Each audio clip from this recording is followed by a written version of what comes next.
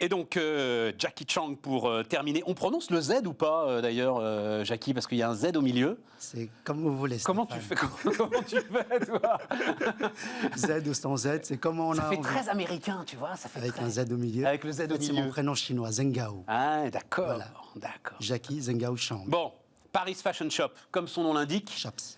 Shops. Eh oui, Shops, parce que c'est une marketplace. Avec un S. Parce que ça s'adresse à beaucoup de shops. Oui, voilà, c'est ça. Combien d'ailleurs il y a de shops? Combien tu as de clients aujourd'hui? Il y a plus de 100 000 retailers aujourd'hui enregistrés sur la plateforme, qui sont des retailers aussi bien français, en Europe et dans le monde. Au départ, dans ta réflexion, il y a combien de temps, Jackie, que ça a commencé? Presque 5 ans. Presque 5 ans. Oui. Tu t'es dit justement, alors ce qui est devenu une évidence à travers l'année incroyable qu'on vient de traverser, tu dis c'est pas possible, ils n'y arriveront pas. Les magasins de mode indépendants, les magasins de prêt-à-porter indépendants, ils n'y arrivent pas. Et pourquoi ils n'y arrivent pas? Parce qu'ils n'ont pas assez de choix, en fait. C'est ça le sujet, Jackie? Ils n'ont pas les outils digitaux pour les aider à réassortir, à avoir de la nouveauté en permanence dans leurs magasins. Ouais, c'est ça. Au fait, ce sont des magasins de la fast fashion et qu'aujourd'hui, la fast fashion est dictée par les grands noms, que je ne vais pas citer de nom, mais les grandes chaînes de magasins. Tu peux. Zara, H&M, encore aujourd'hui, ça, parce qu'on me dit que c'est fini, ça, justement. C'est les grandes chaînes qui dictent la loi aujourd'hui de la fast fashion. Toujours. Et chez Paris Fashion Shops, nous avons fait le pari de pouvoir donner le pouvoir aux retailers, aux détaillants, aux petits détaillants. Ouais. Et donc, ça veut dire quoi? Ça veut dire que tu portes leur stock, finalement, et tu portes l'ensemble de la diversité. Encore mieux. Vas-y. La promesse chez Paris Fashion Shops, c'est qu'en 2 clics, ils ont accès à 850 marques et grossistes parisiens et qui sont livrés chez eux dans leur magasin en espace de 48 heures. Et c'est ça, c'est magique. Mais 850 marques, mais pas les marques. Alors, c'est 850 marques. Marques et grossistes. Oui, marques et grossistes, mais j'ai presque envie de dire, c'est les marques obscures. Marque No Name. Voilà, marque No Name. Qui fait partie du premier étage de notre fusée. D'abord, les marques No Name de Paris, et ensuite les marques premium. Et ces marques no-name, elles sont collées finalement à ce que font les grandes marques, à ce que font les Zara et l'ensemble de ceux de la fast fashion. Alors collées à la mode. À la mode, voilà, c'est ça. Oui, collées à la fast fashion, ce qui est tendance, ce qu'on retrouve aujourd'hui dans les magazines de mode, et ce sont aussi des designers parisiens qui produisent en local, qui produisent en Europe, qui produisent aussi en Asie. Mais c'est tout un écosystème aujourd'hui qui représente ces petits poissons, que je porte sur moi au quotidien. Ah, je sais pas si... Alors, on va le filmer. Je sais pas. Attends, je regarde s'ils arrivent à le filmer, parce que oui, j'avais oublié ça. En fait, le concept, c'est que des milliers de petits poissons n'ont plus peur. 700 000 petits poissons n'ont plus peur du gros poisson. C'est ça ton truc, hein. Des plus gros poissons, des grands industriels et de tous ceux-là qui dictent aujourd'hui la mode, la fast fashion. Sauf que visiblement, ça ne suffit pas. Parce qu'ils ont pris quand même... Alors, tu as pris et ils ont pris un impact terrible pendant cette crise, mais pas seulement parce qu'ils ont été fermés administrativement, Jackie. J'ai l'impression que ça a été le révélateur de ce que ces magasins étaient has-been. Has-been avant notre arrivée sur Paris Fashion Shops. Parce que depuis la nuit des temps, ces retailers s'approvisionnent de la même façon qu'au Moyen-Âge. C'est-à-dire aller sur les salons, commander sur les salons, attendre que les représentants des marques viennent les voir, donc se déplacer. Nous leur apportons justement cette digitalisation, cet accès en 3 boutons, en 2 clics, de pouvoir toucher de la nouveauté et avoir de la nouveauté dans leur magasin. Et alors justement, pendant qu'ils étaient fermés, pendant que toi, j'imagine que tu as dû vivre une année ultra agilité, ultra compliquée, en fait, tu as décidé de passer à une dimension supplémentaire, finalement, de la façon dont tu pouvais aider ces détaillants. Raconte-moi un petit peu tout ce que tu as fait. Alors, là, il y a 1 an, précisément au mois de mars 2020, c'était pas facile parce qu'on avait démarré le mois de mars avec l'histoire du confinement, avec un chiffre d'affaires de moins 80%. Très vite, avec nos équipes, on s'est adapté. On avait soit le choix entre la télécommande de Netflix, soit le choix, le clavier de nos ordinateurs. On a fait le choix de nos claviers. Des claviers d'ordinateur. On a délivré des sites B2B à nos marques grossistes, et on a délivré aussi des outils pour nos clients pour accélérer les choses. Ces grossistes, eux-mêmes, ils ne sont pas digitalisés, en fait. Très peu. Très peu, voilà. Très peu. Au fait, Tu vas rigoler, Stéphane, mais sur les 2000 acteurs parisiens, qui sont des grossistes et des petites marques no-name, aujourd'hui parisiens, il n'y a même pas 1% du chiffre qui est réalisé sur le digital. Tout est du physique. Ben oui. Mais oui, Paris parce qu'il passe Fashion par toi. Shops est arrivé Voilà, aujourd'hui oui, pour c'est ça. changer, pour innover dans ce Il métier. passe par toi, il passe par les entrepôts, il passe. On a tous vu La Vérité si je mens. Enfin voilà, on voit bien. Oui, mais non, mais Ça, c'était avant. Oui, oui, oui, mais t'es héritier de ça quand même, d'une certaine manière, hein, de l'ensemble de ce système. Mais ça veut dire donc que plutôt que tu t'es tourné vers ces grossistes en disant, moi j'ai besoin que le flux continue. Au fait, on va digitaliser votre métier. Voilà. C'est ça qu'on leur a proposé. Digitalisation de leur catalogue physique, photo studio photo, pour digitaliser tous les produits. Il y a 4 studios en interne qui tournent au quotidien, plus de 1000 nouveautés par jour sur la plateforme, qui sont intégrées sur la plateforme pour que les retailers en France, peu importe où qu'ils soient, leurs commandes sont expédiées depuis notre entrepôt en groupage de colis en 24-48 heures, Stéphane. Mais Jackie, je me faisais la réflexion, si tu leur donnes un site internet, si tu leur donnes tous les moyens d'être en contact direct avec les magasins, ils ne vont pas commencer à te bypasser? Au fait, la marketplace est là pour sécuriser toutes les transactions. Ouais, c'est ça. La marketplace, c'est un tiers de confiance. Ouais. Et Paris Fashion Shop, c'est un tiers de confiance qui sécurise aussi bien les vendeurs, les marques, les grossistes et les retailers, qui sont les boutiques un peu partout dans le monde. Ouais, c'est ça. Le grossiste, même malin, digitalisé, efficace, il ne peut pas avoir accès à 700 000 petits poissons, c'est ça? Compliqué, et le ROI n'est jamais au rendez-vous pour un grossiste indépendant. Ouais. Et il n'y a pas besoin de le démontrer, la preuve, elle est déjà faite. La tendance est sur les marketplaces, et c'est la marketplace qui tient. On va y aller sur les marketplaces, c'est un truc qui me passionne depuis un petit moment, parce que là-dessus, tu as été visionnaire. Moi, je me souviens, tu nous expliquais un petit peu ce que tu allais faire. En fait, il n'y avait pas encore le mot marketplace même, je crois. Enfin, Place de marché. ouais, c'est ça, mais il n'y avait pas du tout ce qui est en train de devenir un véritable phénomène. Mais tu as été aussi de l'autre côté. Je vois kit de communication de reprise offert aux boutiques. C'est quoi ça? Gratuitement. C'est Au quoi, fait, notre DIRCOM, avec nos équipes, on a dessiné un kit de communication pour que les magasins, les retailers puissent communiquer à leur tour avec leurs propres clients, leur donner les outils nécessaires pour qu'ils puissent utiliser les bons outils digitaux pour pouvoir communiquer avec les consommateurs, les prévenir, faire du click and collect dans leurs magasins. Ouais. Et tout ça, on les accompagne. Au fait, la mission chez Paris Fashion Shops, c'est tout simple, c'est de redonner le sourire à tous les retailers de France et dans le monde. Et leur dire que... Pour la mode, attends, tous les retailers qui font de la Retailers dans le mode. métier de la mode, bien Oui, sûr. voilà. Bien sûr. Tu vas me dire qu'il n'y en a pas d'autres. Paris Fashion Shops. Paris Fashion Shops. Fashion, ouais, voilà. la mode.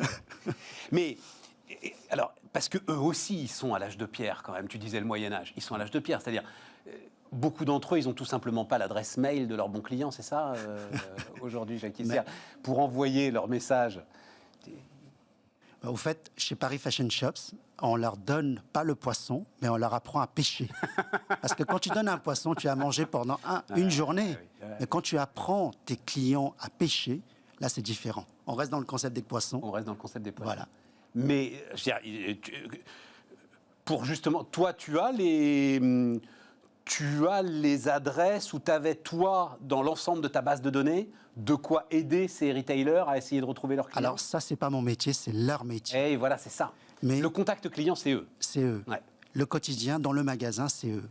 Ce qu'on leur donne, ce sont des outils digitaux qui leur permettent de connecter leurs clients et leur dire, vous avez décidé à ouvrir un magasin de mode, parce que, vous le faites par passion du métier de la mode, et le vrai focus que vous devez avoir, c'est vous concentrer, passer votre temps sur vos clients, développer vos clients. Tout le restant, Paris Fashion Shops gère. Le sourcing, la qualité des produits, le prix, le groupage de colis pour que ça soit écologique. Donc tout ça, c'est le travail de Paris Fashion Shops et de l'équipe chez Paris Fashion Shops. Ouais, je crois que depuis le lancement de Bismart, tu vas battre le record. Tu vas être l'entrepreneur qui a le plus prononcé le nom de son entreprise pendant l'interview. Mais non, mais j'adore, mais bravo. C'est juste pour que les retailers en France, n'oublie partout pas qu'ils soient, Paris Fashion Shops. Paris Fashion Shops. Nous sommes là pour les aider. Parlons du phénomène des marketplaces, Jackie, parce que c'est en train de se répandre. Évidemment, tout à coup, on a dit « Ah, mais mon Dieu, il y a Amazon !» Ben oui, La moitié du chiffre d'affaires d'Amazon, il sort des marketplaces. Ils sont venus ici à 2 reprises déjà, je trouve ça absolument passionnant. On a en France un leader, peut-être qui deviendra un leader mondial de la fabrication de ces marketplaces, qui s'appelle Miracle. Marketplace Maker, on appelle ça. Marketplace Maker, qui s'appelle Miracle. Oui. Voilà, donc c'est vraiment un phénomène qui est en train de prendre une dimension aujourd'hui sur l'ensemble du commerce et l'ensemble du retail. Pour nous, c'est le futur aussi du retail ou du business. C'est le tiers de confiance, déjà avant tout. Parce que vous n'allez pas sortir votre carte bleue si vous ne connaissez pas le site qui se retrouve au fin fond de Valenciennes ou je ne sais de quelle autre ville. Commander sur un site e-shop, il y a quand même un risque. Ça, c'était le rendez-vous avec Stéphane qui devait commencer. Ouais, vas-y, continue. Et donc, là où ça peut être un peu frustrant pour justement les commerçants, les acheteurs, etc., c'est que c'est la marketplace qui fixe les prix. Non. C'est le vendeur qui fixe son propre prix. Ouais. La marketplace est là pour veiller à ce que toute la sécurité transactionnelle, le prix soit bon, que les paiements soient sécurisés pour le vendeur et pour le client. Le moindre souci, la marketplace intervient en tant que régulateur. Ouais, c'est ça. Voilà, pour que le commerce puisse tourner tranquille, aussi bien pour le vendeur que pour l'acheteur. Ouais. Et notamment sur les questions de paiement, etc. Et tout, c'est évidemment très important. Mais quand même, tu offres un choix plus d'1 million de pièces sur stock. Infini. Sur stock. Mais c'est le fabricant qui a fixé son prix. On est d'accord. C'est ça. Ouais, voilà. Et ce qui peut être assez vertueux d'ailleurs, de manière industrielle. C'est-à-dire que lui, il sait où est-ce qu'il a encore un tout petit peu de marge pour continuer à exister. Au fait, sur la partie fast fashion, on parle d'une industrie qui est quand même une des plus polluantes de la planète. Ouais. Et le rôle aussi de la marketplace, c'est de pouvoir aussi venir réguler cette partie-là pour dire qu'une partage de valeur développée. Partage de valeur développée chez nous, ça s'entend aussi par le bon prix pour le fabricant, le bon prix pour le grossiste, le bon prix pour le retailer, et donc le bon prix pour le consommateur. Ça, c'est le bon partage de valeur développée. Et donc, du coup, en tant que marketplace, on se doit sécuriser toute cette partie-là. Mais ça veut dire, Jackie, tu vas refuser, par exemple, un gars qui charge. Qui charge les prix, par exemple. Je pensais à l'inverse, moi. Un gars qui détruit le prix. Un gars qui est à l'agonie, j'en sais rien, il a des échéances de trésorerie, il faut qu'il liquide, et donc il va complètement tout brader. Alors, sur cette partie-là, on va faire profiter à nos bons clients sur les flash-ventes, par exemple, des produits, pour que les retailers puissent aussi faire de la marge aussi sur les produits sur lesquels ils vont acheter. Il y a un prix barré, ils vont dire pour X raisons. Il y a un magasin qui va fermer ou il y a un magasin qui a besoin de déstocker pour faire rentrer de la trésorerie. Ouais. Donc, au lieu de débarrasser à gogo sur les sites de déstockage, ils vont dire, moi, en déstockant, par exemple, sur Paris Fashion Shops, j'ai la possibilité d'avoir une marge meilleure en tant que fabricant, en tant que vendeur. Donc, je fais profiter à mes clients directement, qui sont les retailers. Ça, c'est la partie, on va dire, gagnant-gagnant pour tout le monde. Donc, le bilan de l'année, il nous reste une... Parce que j'ai vu que tu avais 50 millions d'euros, attention, de volume d'affaires. C'est ça. Voilà, de volume d'affaires. De flux business. Voilà, de flux business qui passe sur ta plateforme. Enfin, il a été doublé. Il a été doublé. Oui, il a été doublé cette année et qui va continuer à doubler encore parce qu'on est sur un taux de croissance à 3 chiffres. Je pense que les retailers ont enfin compris la valeur apportée par une marketplace telle que Paris Fashion Shops. Et voilà, c'est ça. D'autant que, parce qu'en ce moment, il y a toute la question des stocks, notamment pour les magasins de mode. Ceux qui travaillent avec toi, c'est une question qui est pour eux beaucoup moins compliquée à gérer. Alors, je prends un exemple, par exemple, de monsieur et madame Robert qui tiennent une boutique à Valenciennes. Eux, ils n'ont plus besoin de stocker 3 mois, 6 mois à l'avance des produits. Ouais. Ça veut dire que chaque semaine, ils peuvent avoir de la nouveauté dans leur magasin. Et ça, c'est une force. Zara renouvelle leur collection toutes les 2 semaines. Et ça, c'est encore... Alors juste, et vraiment, termine là-dessus. Oui. C'est encore vrai, moi j'entends partout, on me dit, ah ben non, ça y est, c'est fini, les clients sont responsables, ils savent qu'on ne peut pas comme ça renouveler toutes les 2 semaines, maintenant c'est des valeurs, c'est une mode plus durable, slow fashion, etc. Vrai ou faux? T'as 15 secondes. Est-ce qu'il y a vraiment une marque qui va prendre le risque de lancer un slow fashion alors que la fast fashion croît à 60% par an? On est à 3 000 milliards de taille de marché en 2021, qui va, selon les reportages, progresser jusqu'à 5 000 milliards sur la fast fashion. Bien sûr, il y a toute la partie responsabilité, RSE des entreprises et toute cette partie-là, tous ces enjeux-là. Mais je crois qu'en 15 secondes, on n'aura pas le temps de détailler tout ça. Mais en tout cas, tu as répondu. Voilà. Mais je voudrais, si tu permets, est là pour un petit moment. Non, mais oui. très très vite. Alors, très rapide, passer un message à tous nos retailers en France. La devise de Paris, fluctuate nec margetur. Voilà. Et ça, qui tiennent bon, ils sont courageux. Et on est là pour les aider, on est là pour avancer ensemble. Jackie Chang, donc sur Bismart. Et les amis, on se retrouve demain. Merci infiniment.